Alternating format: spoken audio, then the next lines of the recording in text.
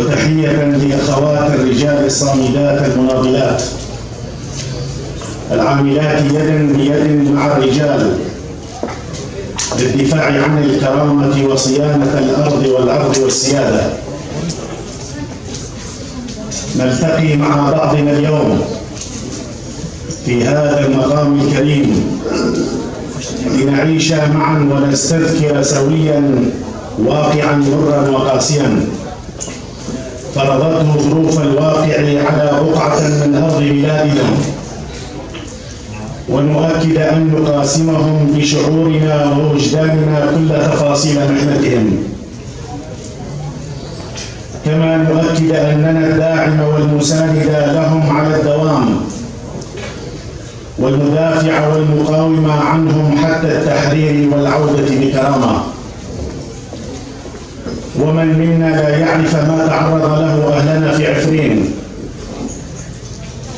سنعرض فيما يلي جانب من الانتهاكات التي ارتكبت بحق المدنيين في مقاطعة عفرين خلال 3 سنوات من الاحتلال. جزء منها تم توثيقها والجزء الآخر ما زال مخفيا نتيجة سياسة دولة تركيا والمجموعات الجهادية التابعة لها من خلال التعتيم الإعلامي وإخفاء الأدلة وعدم وجود لجان دولية مستقلة قادرة على الوصول إلى جميع الضحايا، وهي كالتالي: إحصائيات العام 2018. أولا، قامت دولة تركيا بإطلاق العملية العسكرية مع ساعات المساء الأولى في 20 الكانون الثاني 2018 باستخدام أكثر من 72 طائرة حربية وإسناد مدفعي مستهدفة كافة المرافق العسكرية والمدنية والحيوية، وقامت بالاجتياح بالتعاون مع الفصائل الجهادية السورية، وذلك بعد مقاومة مستميتة من قبل أبنائها استمرت لأكثر من 58 يوما. تسبب احتلال الجيش التركي لعفرين بالزحف مئات الآلاف من سكانها، ما يقارب 80% من سكانها إلى مناطق الشهباء ومدينة الرفعة ومدينة حلب ومخيمات الشهباء الذي أنشئ من قبل الإدارة الذاتية فيما بعد. ولا بد لمن ذاق زيت الزيتون العفري أن يعود إليها مرة أخرى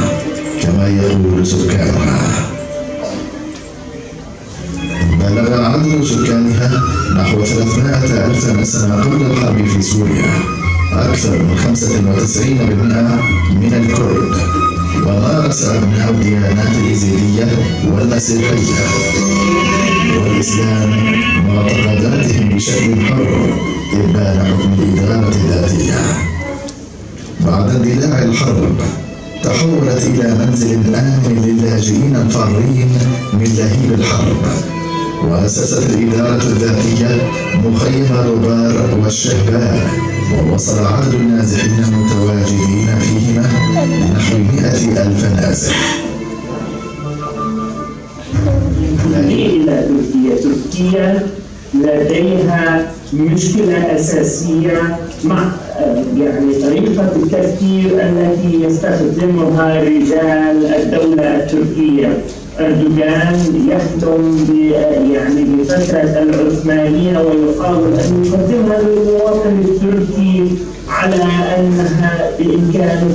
أن يعيد هذا الأمر ويعيد فكرة العثمانية بصيغة العثمانية الجديدة. هم يابليكاسيون de terrain بهجة عقليني بو عملي خو تقريبا سوري بو هواجي الشعبي ساعات ياكي رو ذكرن دبرن وليد خصدن أو وليد ذكرن وليد خصدن أو وليد ذكرن وليد خصدن إيه بوينن أو تدنكي كيرد جينا دهود دم جينا دهود روز بيقولون الشاكر لندن ما يكدنا بقولن وما يجيني بقولن ما دخولي دوموي دخرامي دوموي لحد تشتكي دوموي رو حالي خو هلو بي ساعد بديو شمدو رو حالي خو هلو برچی عندي دود بازم برچی برچی ماكيت ساعدو إيمانك غاش تعبي ما كوك نبيني كوك نبيني ودي ما نعديه لو خاكي من مش حوشي كما تدبين يجي العديه لو إنسان يمكن خاطر تخشني تجي ماما از نزل معدم سر بزو قشكي عيشت قتك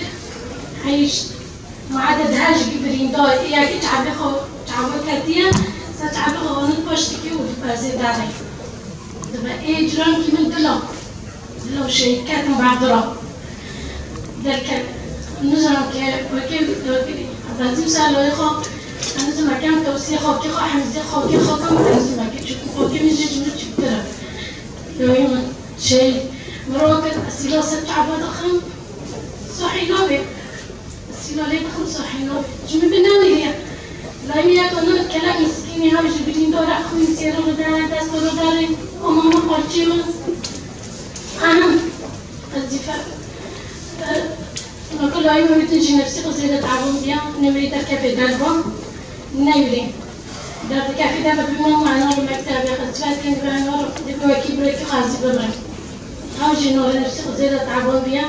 ولو كنت تجراني ما بينسولي ولا نقط بيا دابا أنا نركب دابا ماما اللي كيف نتنجي هاوي تخرج كذا قد تكون هنكوين كي خد نجي دفتري أنا قد كانت ترفع عليه جي نفسي تعبون بينا جي وبينا قد فاتن كان تتصل بس بيا حفظوك كنت سقط فوت لا ترفع تكات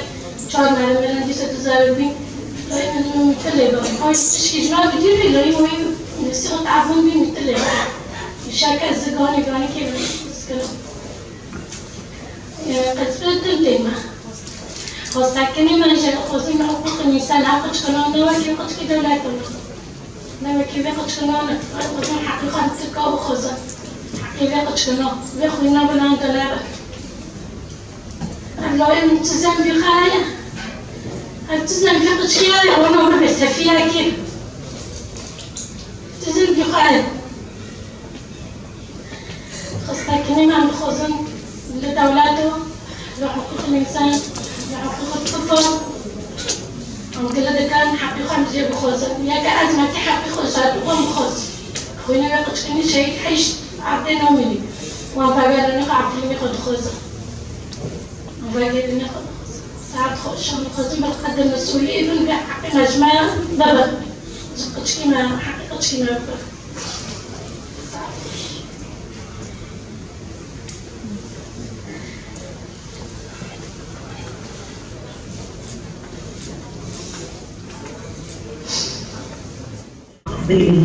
نائب النتيجة فكانوا 8 سقوط من أبيه وأجداده خصوص هلا ولا أجداده سامته ولا الخصوصيات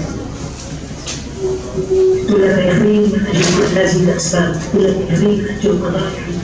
مشروع ديمقراطي في منطقة العربية وفي منطقة شمال وجنوب السودان تنظيم تخيف كل المستندين ابتداء من الحكومة التركية وانتهاء بنظام الاستقلال القادم. بيسأل الأستاذة إيمان ما جدوى أو ما الجدوى القانونية اللي ممكن نحصل عليها من تقاسم النظام السوري للانتهاكات أو مسؤولية ما يحدث في عفرين. كونه مثل ما قلنا هو نظام معترف به دوليا وما زال يمارس صلاحياته سرا أو علنا، وكونه أيضا كان موقعين على صفقة بيع عفرين مقابل الغوطة اللي كان عرابة روسيا كما نعرف. فمن يسلم مدينة بكامل شعبها إلى نظام دخيل إلى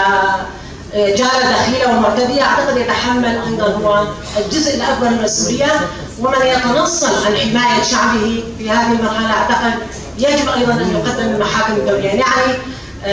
كشعوب شمال شرق سوريا كمكونات من الممكن أيضا أن نشتغل أو نعمل على هذا الجانب. 1995 نحن لأي حد فينا نستفيد من هذا الموضوع لحتى نحن نحمي نسائنا سواء بعفرين أو بغير مناطق من الانتهاكات اللي عم بتحصل بحقهم. وانتم دوركم بالمجلس الاستشاري النسوي شو بتقدروا تدعموا المرأة السورية، شو بتقدروا تقدموا لشيء أو تقدموا أي مقترح للمبعوث الأممي الخاص ليزيد من نسبة مشاركة المرأة بالمفاوضات او بموضوع الحل السياسي. بنعرف انه في اقصاء لجميع نساء مناطق شمال وشرق سوريا للمشاركه باي من هي الفعاليات، ليس فقط النساء، جميع المنطقه يعني. فلاي درجه نحن بنقدر ممكن نشكل ضغط او نستفيد من هي القرارات، او يكون في لنا دور بنحمي نسائنا او نستصدر قرار جديد خاص بالمراه السوريه، لانه الانتهاكات اللي عم تحصل على النساء بسوريا بظن ما كان في لها مثيل بالعالم يعني. شكرا.